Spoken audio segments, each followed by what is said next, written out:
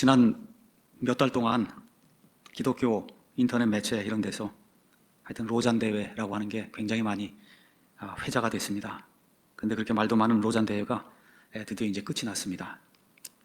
지난 주일에 제가 여러분에게 말씀드렸듯이 나는 이렇게 왜 대형 교회들이 추측하건대 1,000억 원 이상이 들었다 이렇게 이제 이야기가 나오는데 이렇게 많은 돈을 들여가면서 이런 대회를 하는지 사실 잘 알 수가 없습니다.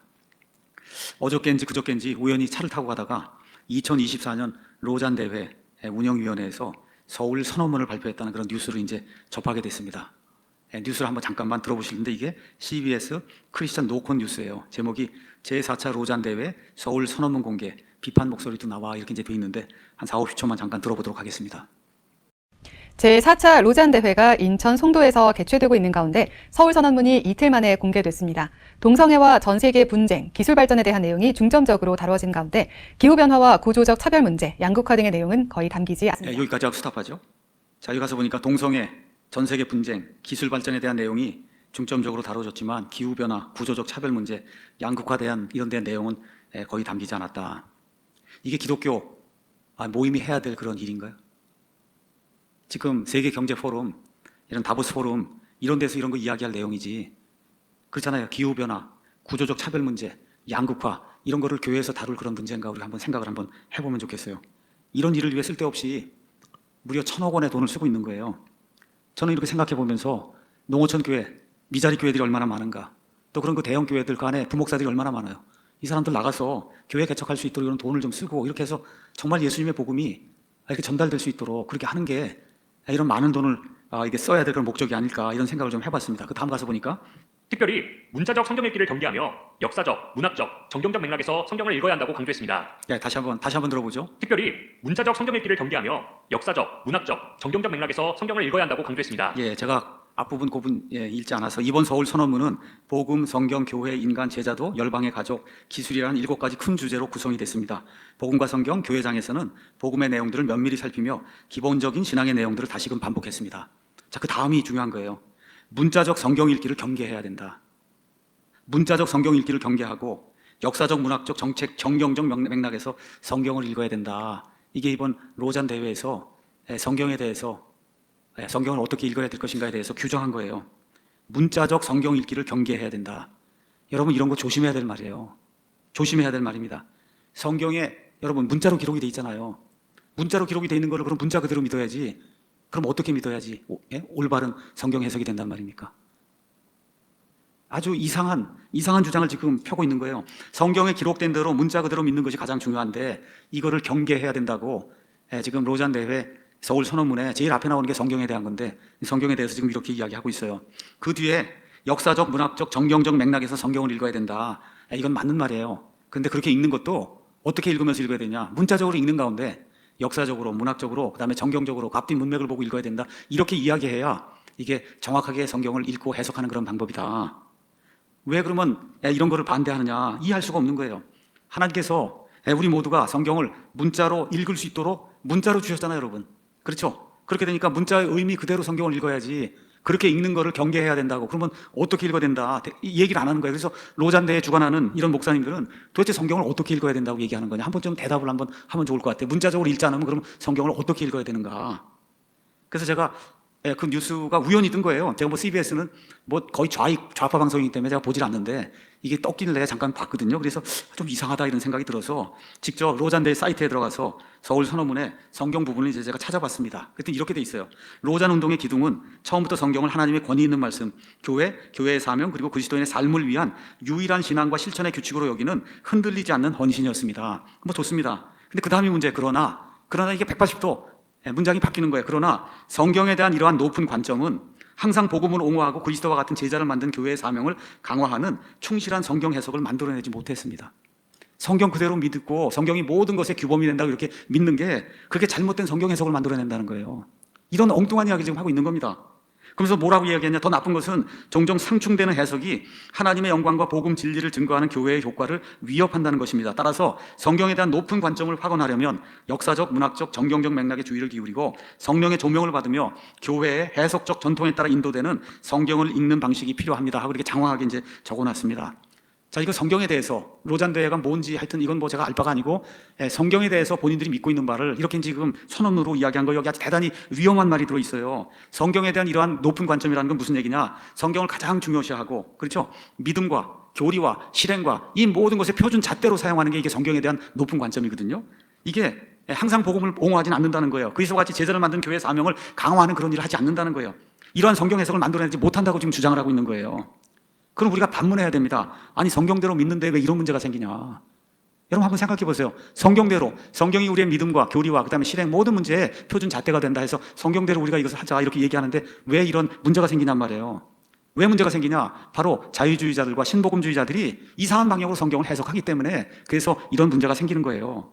성경이 우리가 무효하다고 믿으면 그럼 어떻게 돼요? 그대로 믿고 그렇죠? 성경이 이야기하는 대로 그대로 믿음과 실행과 그 다음에 이런 교리와 이런 모든 면에서 성경이 우리의 표준 잣대가 된다 이렇게 그대로 따르면은 거기에 합당한 그런 성경 해석이 나오고 그것대로 우리가 사는 걸 우리가 성경대로 믿는 그런 신자의 삶이다 우리가 그렇게 이야기하는 거예요. 이 사람들이 더 뭐라고 이야기하냐? 더 나쁜 것은 종종 상충되는 해석이 하나님의 영광과 복음 진리를 증거하는 교회의 효과를 위협한다는 것이다. 자, 그럼 한번 여러분 생각해 보세요. 누가 상충되는 해석을 하는가? 누가? 성경 그대로 믿는다고 하는 사람들이 상충되는 해석을 할까요? 아니면은 야, 이대로 믿으면 안 돼. 자유주의적이고 그렇죠? 영해를 하고 이렇게 해서 이걸 문자를 벗어나서 딴 방식으로 읽어야 돼 하고 이렇게 주장하는 사람들이 상충되는 이와 같은 그 견해를 낼까요? 아니면 성경 그대로 믿는 사람들이 상충되는 이와 같은 해석을 낼까요? 문제는 성경대로 믿겠다고 하는 근본주의자들의 해석이 문제가 되는 게 아니에요. 그게 아니라 자유주의자들, 현대주의자들 성경을 자기 마음대로 뜯어서 고쳐서 자기 마음대로 믿고 하고 싶어하는 이런 사람들이 상충되는 해석을 교인들에게 가르치고 있는 거예요. 자, 그 다음에 따라서 성경에 대한 높은 관점을 확언하려면 그 맨 끝에 가서 뭐라고 써있냐? 교회의 해석적 전통에 따라 인도되는 성경을 읽는 방식이 필요하다. 자, 그럼 제가 또 묻습니다. 로잔대 관계자들에게. 교회의 해석적 전통에 따라 인도되는 성경을 읽는 방식에 나오는 교회는 어떤 교회를 뜻하냐? 어떤 교회? 천주교회를 뜻해요? 장로교회를 뜻해요? 아니면 감리교회를 뜻해요? 성공회를 뜻해요? 대체 무슨 교회, 무슨 교회의 해석적 전통에 따라 성경을 읽어야 되느냐? 그게 이건 문제잖아요. 교회가 그렇게 많은데 무수한 교단, 교파가 왜 생깁니까? 성경 해석이 다 다르기 때문에 생기는 거잖아요. 그렇잖아요. 지금 장로교가 뭐 280개인가 뭐 교단이 있다 그러는데 왜 그래요? 조그만 거 하나 갖고 해석이 다 다르기 때문에 다 이렇게 교단이 생기고 교파가 이제 생기는 건데 그러면 어느 교파, 어느 교단의 해석을 따라야 그게 교회의 해석적 전통인가? 우리가 한번 생각을 해봐야 되는 거예요. 우리 성경대로 믿는다고 하는 이런 사람들은 어떤 특정 교단이나 교파 혹은 어떤 목사의 개인적 해석적 전통을 따르지 않습니다. 우린 그런 거 따르지 않아요. 하나님께서 성경을 글러주셨으니 누구라도 정신을 차리고 앞뒤 문맥을 잘 이해하고 읽으면은 하나님이 분명히 그 뜻을 거기 기록되어 있는 글자 그대로 이해할 수 있도록 하나님이 우리에게 성경을 주셨다고 믿는 거예요. 맞습니까? 여기에 무슨 교단이 필요하고 여기 무슨 교파가 필요하고 여기에 무슨 목사의 어떤 독단적인 주장이 필요하고 그런 거 아니거든요. 어떤 개인이나 교파의 해석이 중요한 것이 아니라 성경이 성경을 해석하는 거, 그렇죠? 이게 가장 중요한 것이라고 우리는 생각을 합니다. 디모데후서 3장 16절 17절 가서 보면 모든 성경 기록은 하나님의 영감에 의해 주어진 것으로 교리와 책망과 바로잡음과 의로 교육하기에 유익하니 이것은 하나님의 사람이 완전하게 되어 모든 선한 일에 철저히 갖추어지게 하려 합니다. 이렇게 이제 돼 있어요. 아무리 우리에게 지금 이 시간 완전한 성경이 있다고 해도 성경을 잘못 해석하면 교파에 따라, 교단에 따라, 어떤 목사에 따라 이게 성경을 잘못 해석하면 오히려 해를 끼치거나 이것이 독이 돼서 심지어 우리를 죽일 수 있어요. 영적으로. 대표적인 사례가 우리 대한민국에서도 신천지, 여호와의 증인 같은 이런 이단들 다 성경대로 하겠다고 하는 거예요. 다 성경대로. 근데 그런 집단에 들어가면 그러면 본인의 영혼뿐만 아니라 가족들, 아이들의 영혼까지도 다 완전히 멸망할 수 있어요. 천주교 해석 방법대로 따르면 믿음 플러스 행위 이것이 있어야 구원받는다. 죽어서 하나님 앞에 가봐야 구원받았는지 받지 않았는지를 알 수 있다고 그렇게 가르치는 거예요. 자, 세상에 많은 교회들이 있는데 교회들마다 문제가 뭐냐? 교파마다, 교단마다, 목사마다 내 해석 방법이 옳다고 주장하는 거. 내 것이 옳다. 근데 지금 뭐예요? 장로교, 감리교, 침례교, 뭐 성결교, 천주교, 성공회만 벌써 6개잖아요. 6개. 그렇죠? 장로교 하는 교단 뭐 해서 200몇 개면은 200몇 개가 지금 다 다른데 도대체 어떤 것이 성경적인 해석이고 그 다음에 교회가 가지고 있는 해석적 전통이냐 이걸 좀 이야기를 분명히 해야지 그냥 무조건 교회의 해석적 전통에 따라서 인도되는 성경 읽기 방식을 택해야 된다 이렇게 이야기하면 그러면 정말 어떻게 해야 될지 아무도 할 수가 없는 이런 어려움이 이제 발생하는 거죠. 미국 같으면은 그리스도의 교회가 있어요. 캠벨파라고 이야기하는데 여기는 믿음 플러스 행위, 특별히 물 침례를 받아야만 구원받는다고 가르칩니다. 여기 우리는 환난 전 휴거, 7년 관람기 전에 휴거가 받는다. 이게 교회가 누릴 복된 소망이다. 우린 그렇게 믿고 그렇게 가르치지만 거의 대다수 한국의 교회들이 관람 통과해야 된다. 이렇게 이제 가르치고 있습니다. 우린 성경 기록에 따라서 1000년 동안 이 땅에 예수 그리스도의 왕국이 문자 그대로 이루어진다 해서 천년 왕국을 우리가 믿습니다. 그래서 예수님이 저 올리브산 거기에 재림하셔서 거기다 발을 대시고 저 이스라엘 땅에서 예수님이 1000년 동안 성경에 기록된 대로 이 땅을 직접 치리하신다. 우리는 그렇게 믿고 있고, 천주교나 장로교는 무천년주의 그런 건 없다. 교회가 왕국이다. 이런 걸 지금 믿고 있습니다. 자, 그 다음에 많은 개신교 또 천주교 이런 데서는 이스라엘 대체 신학을 믿고 있어요. 저기 저 중동 땅에 있는 지금 한참 지금 헤즈볼라하고 막 전쟁하고 지금 뭐 전면전이 일어난다 지금, 그리고 일촉즉발의 위기라 그러고 지금 계속 뉴스가 속속 들어오고 있잖아요. 저 이스라엘이 구약 성경에 기록된 아브라함의 씨 그 이스라엘이냐? 그 이스라엘은 정말 아무것도 아니고 그냥 어느 날 1948년 5월에 그냥 뚝 떨어져서 저 팔레스타인 땅에 들어간 이스라엘이고, 우리가 진짜 이스라엘이다. 우리 지난 시간에 얘기했잖아요. 존 스타신이 이런 사람이 이방인들 가운데 예수 그리스도를 구원자로 영접한 이 모든 사람이 다 이스라엘이다. 그렇게 이제 주장을 하는 이스라엘 대체 신학을 믿는 사람들이 있잖아요. 또 귀신이 어디가 있습니까, 여러분? 사람이 죽으면은 그러면 곧바로 천국에 가든지 지옥에 가든지 하지, 어디 구천을 떠돌아다니는 귀신이 어디가 있어요? 그 귀신이 있다고 믿는 그런 사람들이 지금도 몇십만 명이나 있잖아요. 또 귀신 쫓아야 된다고 그래서 뒤로 사람 쓰러뜨리고 하는 그런 신사동동한 사람들이 또 몇십만 명 있잖아요. 그렇죠? 이게 다 뭐 때문에 그런 거예요? 교리 때문에 그런 거예요. 지금도 사도가 있어서 죽은 사람을 일으켜 세울 수 있다고 이렇게 호언장담하는 이런 사람들이 있단 말이에요. 우린 그런 거 믿지 않습니다. 자, 성화에 관해서도 구원파 중에 어떤 특별한 그런 구원파는 아예 구원받은 뒤에는 무슨 일을 해도 이미 예수님이 십자가에서 다 죄를 제거하셨기 때문에, 그래서 무슨 일을 해도 구원이 영원토록 안전하니까 걱정하지 마라. 그래서 아예 성화라는 것 자체를 입에 달면은 구원받지 못한 사람, 이런 식으로 치부하는 그런 구원파도 있어요. 또 어떤 사람들은 예수님 믿는다고 하는데 안식일 준수해야 된다 이래갖고 토요일 날 안식일을 준수해야 된다 그러고, 또 어떤 사람들은 율법을 또 준수해야 된다 그래서 어린 양을 바쳐야 된다 그러고, 그 유월절 지키고 어린 양이 뭐 피 해야 된다 그러고, 이런 사람들 다 있는 거예요. 그러니까 이게 다 왜 그러냐? 성경은 거의 한 가지입니다. 물론 킹잼 성경과 개혁 성경과 많은 차이가 있지만 기본적인 이런 것들이 가서 이렇게 보면은 성경은 일단 한 가지로 우리가 이렇게 볼 때 다 이런 모든 교파, 이단 종파 사입이 다 왜 이런 것들이 분열이 되고 여러 종파가 생기고 여러 가지 이제 교단이 생기고 그러냐? 이건 성경 해석 때문에 그런 거잖아요. 성경 해석 때문에. 그러니까 여호와의 증인들도 자기 교리를 주장하기 위해서 어떻게 해요? 천주교 소수사본에서 나온 신세계역본을 번역하고, 지방교회도 본인들의 교리를 입증하기 위해서 그래서 회복력이라고 하는 그러한 성경을 만들어서 자체적으로 쓰고 있는 거거든요. 그러니까 교리라고 하는 거가 이렇게 사람들마다 천차만별인데, 그러면 우리가 바이블 빌레어다, 성경 그대로 믿는 성경신자다, 우리가 그렇게 이야기하려고 하면 도대체 해석 방법을 어떻게 취해야 되는가, 이걸 좀 이야기 좀 하려고 합니다. 자, 성경은 하나님께서 우리에게 친히 써서 주신 편지와 똑같습니다. 저와 여러분이 편지를 받으면 그러면 어떻게 읽을까요? 거기에 문자로 기록되어 있는 그대로 문자 그대로 읽잖아요. 아버지가 편지를 보낼 때, 아들에게 편지를 보낼 때 그 받는 아들이 알아들을 수 있도록, 그렇죠, 그렇게 편지를 보낼 거 아니에요. 자, 예를 들어 올해 12월 25일 오전 11시에 서울 잠실 롯데아파트 롯데백화점 정문에서 만나서 우리가 같이 점심 식사하자, 이렇게 이제 편지를 보내면은 그럼 어떻게 해야 돼요? 12월 25일 오전 11시 서울 잠실 롯데백화점 정문에 만나면 아침 식사가 아니라 점심 식사하는 거예요, 그날. 그렇죠? 그럼 이거 어떻게 제가 이해하고 알았을까요? 문자가 그렇게 기록이 돼 있으니까 문자 그대로 읽고, 올해 12월 25일 오전 11시 서울 잠실에 있는 롯데백화점 정문 점심 식사, 이렇게 그냥 읽으면은 문자로 기록이 돼 있으니까 그냥 문자를 읽으면 그냥 머릿속으로 이게 딱 이렇게 들어오게 돼 있잖아요. 그렇죠? 그러면 성경도 하나님이 우리에게 주신 편지면은 읽으면은, 그렇죠, 특별한 일이 없는 한 그대로 들어와야 될 거 아닙니까? 그렇죠? 근데 이거를 그렇게 읽는 건 안 된다고 얘기를 하니, 도대체 로잔대회 하는 그런 목사님들은 성경을 어떻게 읽는지 정말 궁금하지 않을 수가 없어요. 자, 그래서 어떤 분이 이런 글을 썼습니다. 어떤 성경 구절의 평범한 의미가 상식 수준의 의미일 때는 더 이상 다른 의미를 찾으려 하지 말라. 참 요새 이상한 사람들이 많이 나타납니다. 제가 누구라고 또 얘기하면 이름이 공개가 되니까, 며칠 전에 보니까 자기 사이트하고 자기네 그 가르치는 거기에 오면은 지난 2000년 동안 거의 숨겨져 있던 이런 진리들이 이 안에 다 있다는 거야. 이 안에. 그랬더니 그거를 그분이 비평을 하면서 이게 바로 영지주의자들이 하는 짓이다. 영지, 우리만 알 수 있는 특별한 지식과 계시가 있다는 거거든요. 우리만 아는. 여러분, 어떤 사람이 와서 그런 거 이야기하면 빨리 도망가야 됩니다. 교회 시대가 이미 2000년이 지났어요. 그러면 지금까지 수십억 명의 사람들이 성경 구절을 매 구절을 수십억 명이 다 읽었단 말이에요. 이 안에 그 유명하다고 하는 그런 뭐 신학자, 목사 이런 사람들이 동일한 구절을 수십만 명, 수백만 명 읽고 그거에 대해 설교도 하고 글도 쓰고, 그래서 모든 게 지금 다 남아있단 말이에요.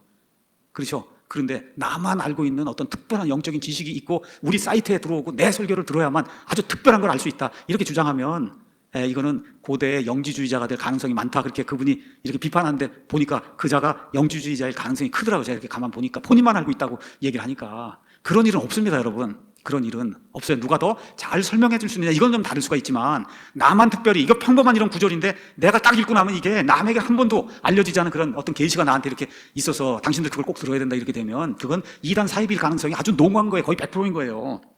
다시 말해 그 구절의 앞뒤 문맥이나 관련 구절이나 근본 진리 등이 분명하게 다른 의미를 주지 않는다면 그 구절의 모든 단어를 평범하게 문자적 의미로 받아들여야 됩니다. 근데 로잔대 하는 분들은 뭐라 그래요? 그렇게 읽는 건 하면 안 된다, 그렇게 주장을 하니까. 그러니까 지금 문제가 생기는 거예요. 하나님께서는 자신의 말씀을 계시하시면서 독자가 혼동에 빠지는 것을 원치 아니하셨으며 자신의 자녀들이 분명하게 깨달을 수 있기를 원하신다. 그래서 모든 사람이 알아들을 수 있도록, 신약성경 같은 경우는 그 그리스 로마 시대 시장에서, 저작거리에서 이 아이들과 이 아낙네들, 예전엔 여자들 교육이 부실했거든요.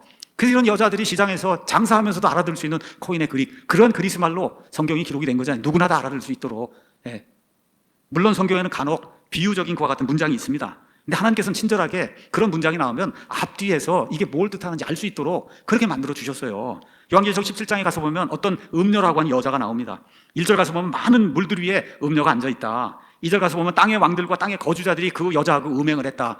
그러니까 이게 한 명이 아니구나. 이게 어떤 단체나 뭐 이런 걸 이야기하는 걸 알 수가 있고, 5절에는 그 정체가 신비 큰 바빌론이다, 이렇게 이제 돼 있고, 6절에는 이 여자가 순교자들을 많이 죽였다고 그렇게 기록이 돼 있고, 15절에 해석이 나오잖아요. 그 여자가 앉아있는 물들은 세상에 많은 왕들, 여러 민족들이다 이렇게 나오고, 18절은 7 언덕에 앉아있는 그 여자다 해서 그게 로마라고 하는 거를 성경이 가르쳐주고 있어요. 그러니까 두려워할 필요가 없는 거예요. 모든 걸 다 문자 그대로 읽을 때 이게 비유적으로, 이가 어떤 여자 하나가 아니라는 건 앞뒤 문맥을 보면 알 수가 있는데, 이런 경우에는 하나님께서 친절하게 다 설명을 해놨습니다. 그러니까 그런 거는 우리가 비유로 다가서 읽으면 되는 거고, 이런 건 몇 군데 안 나와요. 거의 모두가 다 문자 그대로 우리가 읽어야 될 이와 같은 내용이 성경에 이제 기록이 돼 있는 거예요. 그래서 제가 오늘은 해석에 대해서 잠시 이제 말씀을 좀 드리려고 합니다. 성경 해석이라고 하는 거는 성경 구절의 정확한 뜻을 결정하는 행위를 해석이라고 이야기하는 거예요. 해석. 자, 맥균이라는 사람이 이렇게 이야기했습니다. 성경의 목적은 너무나 분명하므로 바른 생각을 가진 사람이라면 누구든지 성령님께 직접 성경 말씀에 대하여 가르침을 받을 수 있다. 그건 뭐 성령님이 뭐 이렇게 귀에다 대고 이야기한다는 것이 아니라, 우리 안에 성령님이 내주에 계시니까 우리가 성경 정신을 똑바로 차리고 성경 말씀을 이렇게 읽으면은 성령님의 조명을 받아서 이걸 이해할 수 있다는 거예요. 성경에 관한 어떤 신비주의적 해석이 필요 없다. 왜 그러냐? 하나님이 글자로 읽을 수 있도록 주셨으니까 그 글자가 의미하는 그대로 우리가 읽으면 되니까, 무슨 나만 아는 어떤 신비주의적인 영지, 이런 특별한 이와 같은 그 지식, 이런 게 없다는 거예요. 그 다음에 중요한 것이 성경의 각 구절이 오직 하나의 뜻만을 가지고 있다는 전제하에서 해석이 이루어지는 거예요. 그러니까 많은 분들이 그 이야기를 하잖아요. 목사님, 어떤 목사님 이 구절을 설명할 때 이렇게 해석을 하는데 왜 이 목사는 이렇게 해석하고 저 목사는 저렇게 해석하고, 그래서 100명의 목사가 다 100가지 해석을 내놓는데 이게 왜 그렇게 되는 거냐? 그건 왜 그래요? 목사가 각각 자기의 사적인 해석을 하기 때문에 그런 거예요. 하나님 성경 우리에게 주셨으면 정말 특별한 일이 아닌 한은 그 성경 구절은 한 가지 해석밖에 없는 겁니다. 한 가지. 누가 읽어도 그 해석이 나올 수밖에 없는 거 하나밖에 없는 거예요. 그러므로 한 가지 해석이 맞는 해석이지, 장로교마다, 침례교마다, 감리교마다, 천주교마다 해석이 다 다르면은 그거는 그 교단들이 해석을 잘못하고 사적으로 해석하기 위해서 성경을 비트는 겁니다. 그래서 이런 해석이 이루어지려면 어떻게 해야 돼요? 그냥 있는 그대로 성경을 읽으면 되는 거예요. 문자 그대로 성경을 읽으면 되는 거예요. 그래서 우리 성경 신자들은 문법적, 역사적, 신학적 해석을 취하고 있습니다. 자, 문법적 해석이라고 하는 것은 문맥에 맞추어 그대로 정상적인 의미를 취하는 겁니다. 자, 우리 창세기 가서 보시면 하나님이 6일 동안 첫째 날, 둘째 날, 셋째 날, 넷째 날, 다섯째 날, 여섯째 날 하시고 하나님이 일곱째 날은 안식했다, 이렇게 나오잖아요. 그렇죠? 그럼 어떻게 읽으셔야 돼요? 그게 있는 그대로. 출애굽기, 창세기, 출애굽기, 레위기, 민수기, 신명기, 모세가 하나님의 영광을 받고 그대로 기록을 했는데, 거기 가서 보면 출애굽기 20장에도 안식일 설명하면서 모세가 이 안식을 설명한 그 글을 기록할 때 그게 BC 얼마쯤이에요? BC 1500년경이거든요. 2500년경이에요. 이렇게 됐을 때 그때 모세가 이해하고 있는 그 24시간의 하루하고 BC 4000년경에 이 천지 창조가 이루어질 때 그 24시간의 하루하고 똑같다고 성경이 우리에게 이야기를 하고 있으니까 이걸 그대로 하루라고 이해를 해야지, 현대 자유주의자들처럼, 다윈주의자들처럼 하루가 몇십억 년이라 그러고 이렇게 이야기하면 안 되잖아요. 그렇죠? 있는 그대로. 그래서 그대로 가서 해석을 해보니까 뒤로 아브라함이 몇 세를 살고 아담이 몇 세를 살고 다 해서 뒤로 가서 돌아보니까 사람이 이 땅에 존재한 지가 한 6천 년밖에 되지 않았다. 그럼 어떻게 해요? 그거 그대로 믿는 게 그게 성경적인 해석이에요. 그거 이외에 다른 건 그건 성경을 떠난 해석이고 사적인 해석입니다. 그래서 이 땅과 그다음에 우주 공간과 사람과 이 모든 것이 지금부터 한 6천 년 전에 이 모든 것이 무에서 유로 창조가 됐다. 이게 하나님 말씀이 가르치는 거고, 하나님이 그런 창조를 어떻게 말씀으로 무에서 유로 창조하시는데 그 모든 거를 6일 동안 지금의 24시간의 하루를 6번 사용해서 하나님이 그대로 하신 거예요. 그걸 그대로 믿지 않는 게 그게 자유주의적인 해석이고, 그대로 믿지 않는 게 그게 신복음주의의 그런 해석이지, 우리 근본적으로 성경을 믿는 모든 사람들은 있는 그대로 6천 년 전쯤에 그런 일이 이루어졌고, 그래서 6일 동안에 그 일이 이루어졌다 그대로 믿는 겁니다. 자, 계시록에 가서 보면 20장 3절, 4절, 5절, 6절, 7절에 천년 동안 천년이 6번이나 나와요. 그래서 마귀가 무적행 속에 천년 동안 갇혀서 사람을 유혹하지 못하는 이러한 때, 유토피아 이런 때가 몇 년 동안 지속이 되냐? 천년이라고 나오잖아요. 천년이 차면 마귀가 풀린다고 나오잖아요. 근데 뭐라 그래요? 그 천년이 영원한 기간이라. 그럼 영원한 기간 끝에 마귀가 또 풀려납니까, 여러분? 그렇죠? 네, 그렇기 때문에 이러한 해석을 취하는 것은, 그거는 아무리 그것이 교회의 전통적인 해석 방법이라 해도 그것은 그 교단의 사적인 해석 방법이지, 하나님 원하시는 그런 해석 방법이 아니다. 하나님의 성경이 천년이라 그러면 천년이에요. 그게 다른 거 없습니다. 천년 그대로 우리가 믿어야 되는 거죠. 창세기 가서 보시면 무두셀라 나이가 969세라 그랬어요. 969세 사람이 어떻게 살아? 그렇죠? 진화론자들이 그렇게 생각하는 거예요. 자유주의자들이 969세 그건 잘못된 거다. 그 10분의 1로 줄여야지. 이렇게 해서 뭐 96.9세인데 이렇게 이런 식으로 성경을 자의적으로 해석하는 거, 그건 하나님이 원하는 그런 성경 해석 방식이 아니다. 노아의 홍수 이전에는 사람들이 거의 1000살까지 살았어요. 그 뒤에 수명이 점점 감소해서 다윗의 시대에 오고 그러면 70에서 80세 이렇게 이제 살다가 다시 이제 천년왕국이 되면 사람의 수명이 복원이 돼서 나무의 수명과 같이 된다. 이사야서 65장이 우리에게 이야기하잖아요. 그럼 어떻게 믿어야 되겠어요? 있는 그대로 믿으셔야죠. 있는 그대로. 예. 자, 그 다음에 역사적이라고 하는 거는 역사적인 시대, 수신자, 목적, 배경 등을 이해하고 문맥에 맞게 해석을 하는 거예요. 이사야서가 이렇게 주어졌어요. 그럼 요새 우리가 이사야서 강의하지 않습니까? 지금부터 2700년 전쯤에 히스기야 왕이 살던 시대, 이사야 대언자가 살던 그런 시대에 아시리아라고 하는 그런 제국이 형성이 돼서 북왕국 이스라엘 멸망을 시키고 남왕국 유다 지금 막 멸절하려고 하는 그런 시기에 이렇게 주어졌잖아요. 누구에게 주어졌어요? 이스라엘 백성, 유다 백성에게 주어진 거니까 거기 가서 교회를 찾으려고 그러면 안 되잖아요.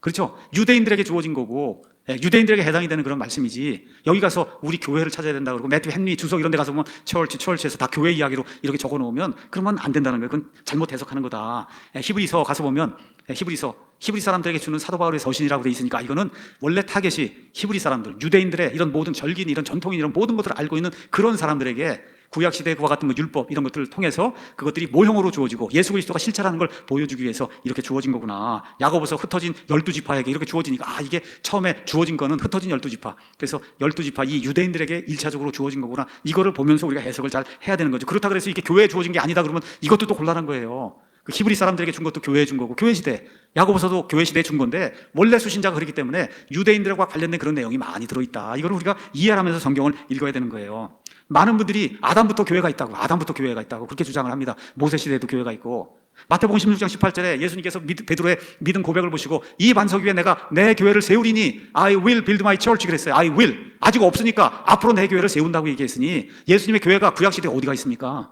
그렇죠? 이렇게 믿는 게 정상적인 거예요. 예수님의 교회는 구약시대에 없었다. 지금 우리가 하고 있는 게 예수님의 교회, 신약교회를 하고 있는데 교회가 자꾸 구약시대에 있었다고 주장을 하면 그러면 해석이 하나도 안 되는 거예요. 아예 해석 자체가 꽉 막히는 겁니다. 거기 가서 교회를 찾으면, 다니엘서 가서 교회를 찾고, 그렇죠? 이런데 욥기에 가서 교회를 찾고 그러면 꽉 막히는 거예요. 안 되는 거예요.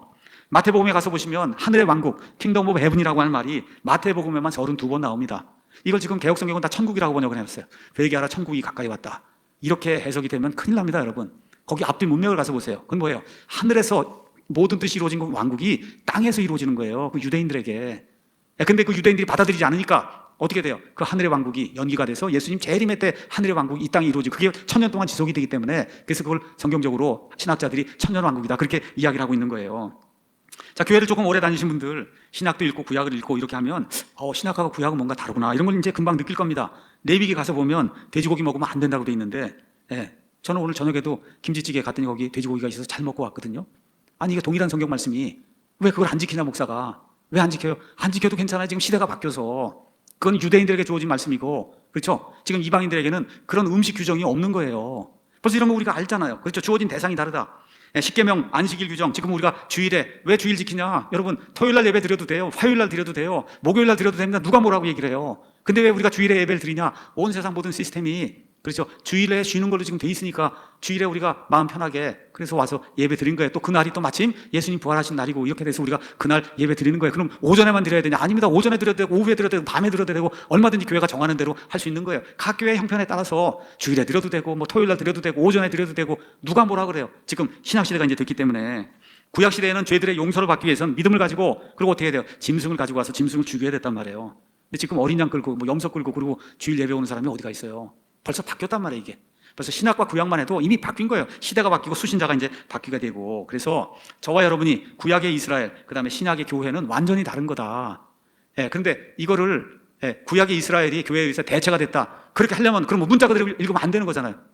그러니까 이분들이 얘기하는 거예요. 이스라엘 얘기가 나오면 그 문자 그대로 읽으면 안 된다. 그걸 뭐로 생각해 읽으면서 이스라엘 읽으면서 교회, 이스라엘 읽으면서 교회 이렇게 자꾸 바꿔야 된다는 거예요. 이스라엘은 교회, 교회 그렇게 읽는 건 이스라엘로 읽고 생각은 교회라고 이렇게 바꿔서 읽어야 된다. 이렇게 이야기를 하는 거예요. 그게 이건 안 되는 겁니다. 이게 구약 시대에는 하나님 보실 때 사람들이 두 부류밖에 없었어요. 유대인 아니면 이방인밖에 없었어요. 구약 시대에 특별히 율법이 주어진 그 이후부터가 엄밀한 의미의 구약 시대예요.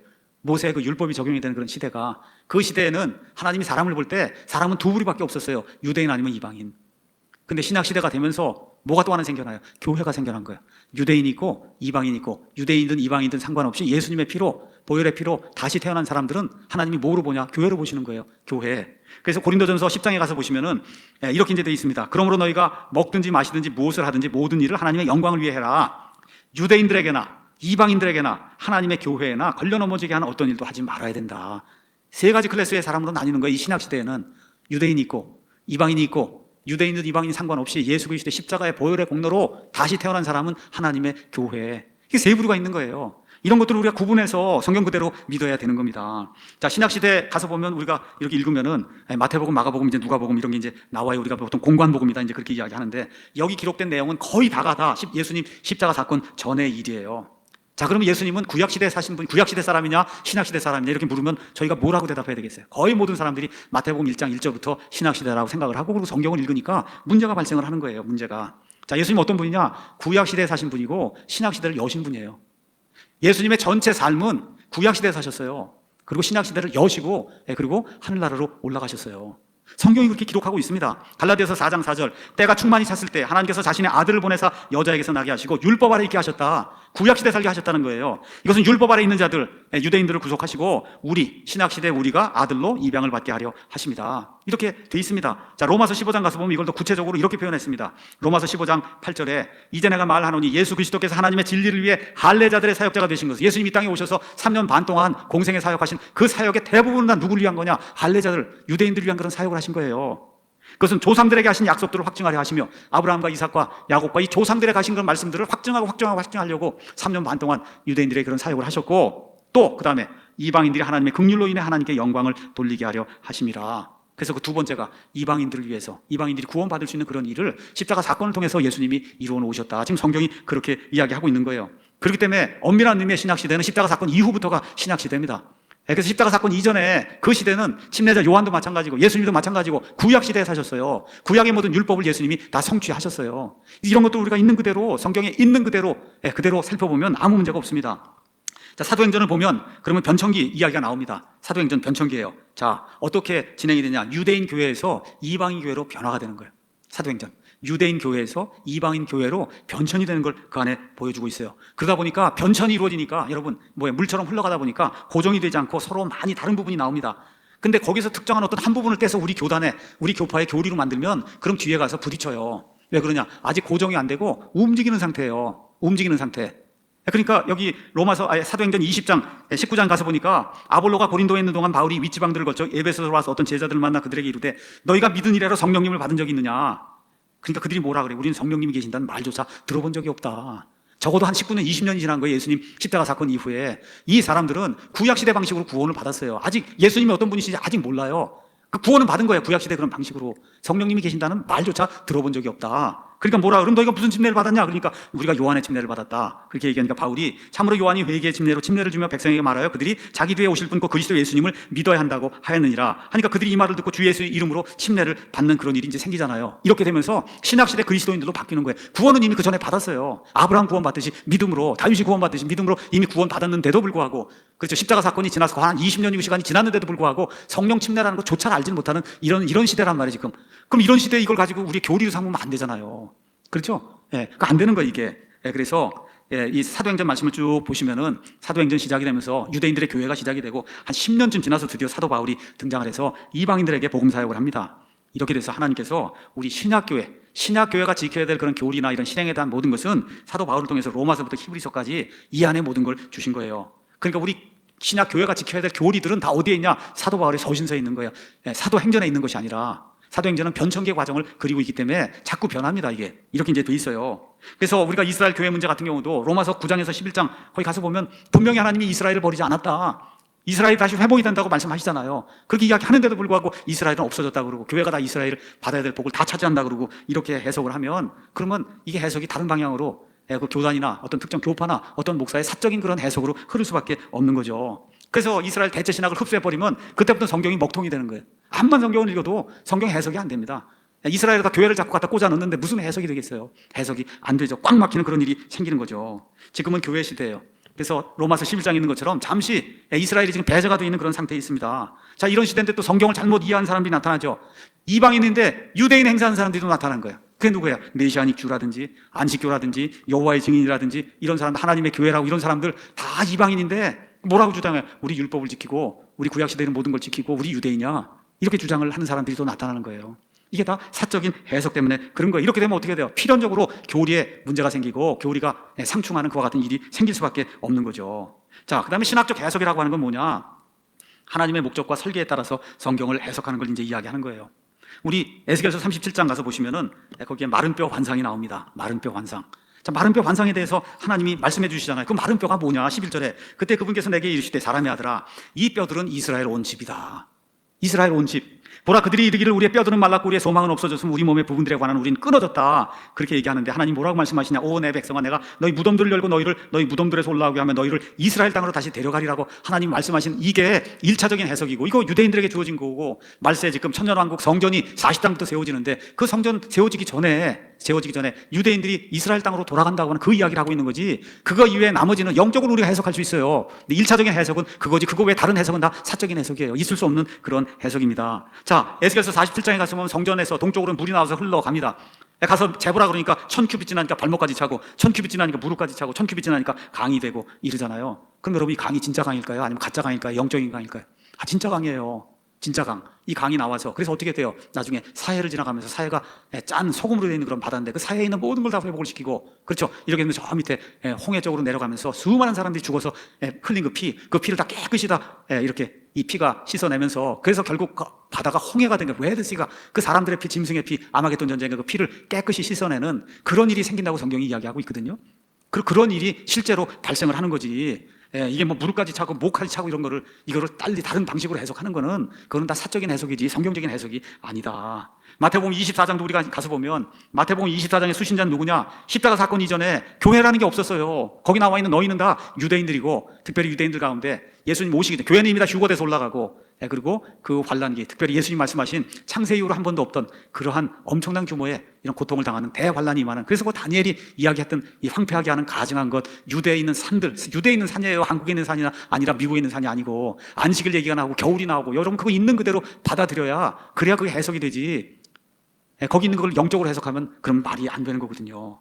자, 로잔대라고 하는 거는 거기 주관한 이런 분들은 하여튼 자유주의적 해석 방법을 취하는 거예요. 왜 문자 그대로 하면 자기들 원하는 게 안 되는 거예요. 그러니까 각각 알아서 교회의 전통적 해석 방법을 따라야 된다. 그렇게 이제 주장을 하는 거죠. 자, 이렇게 이제 하다 보니까 동성애에 대해서도 이분들이 잘못된 그런 견해를 선언문에 담았습니다. 69번 항목에 가서 보면 이렇게 돼 있어요. 우린 교회 안팎에서 많은 사람이 동성에게 끌림을 경험하며 글쎄 저는 한 번도 그렇게 끌리는 거 경험을 못 해왔는데 아마 이분들은 좀 끌리는 걸 경험을 했나 보네요. 저는 동성에게 가서 이렇게 끌리는 건 한 번도 경험을 해본 적이 없습니다.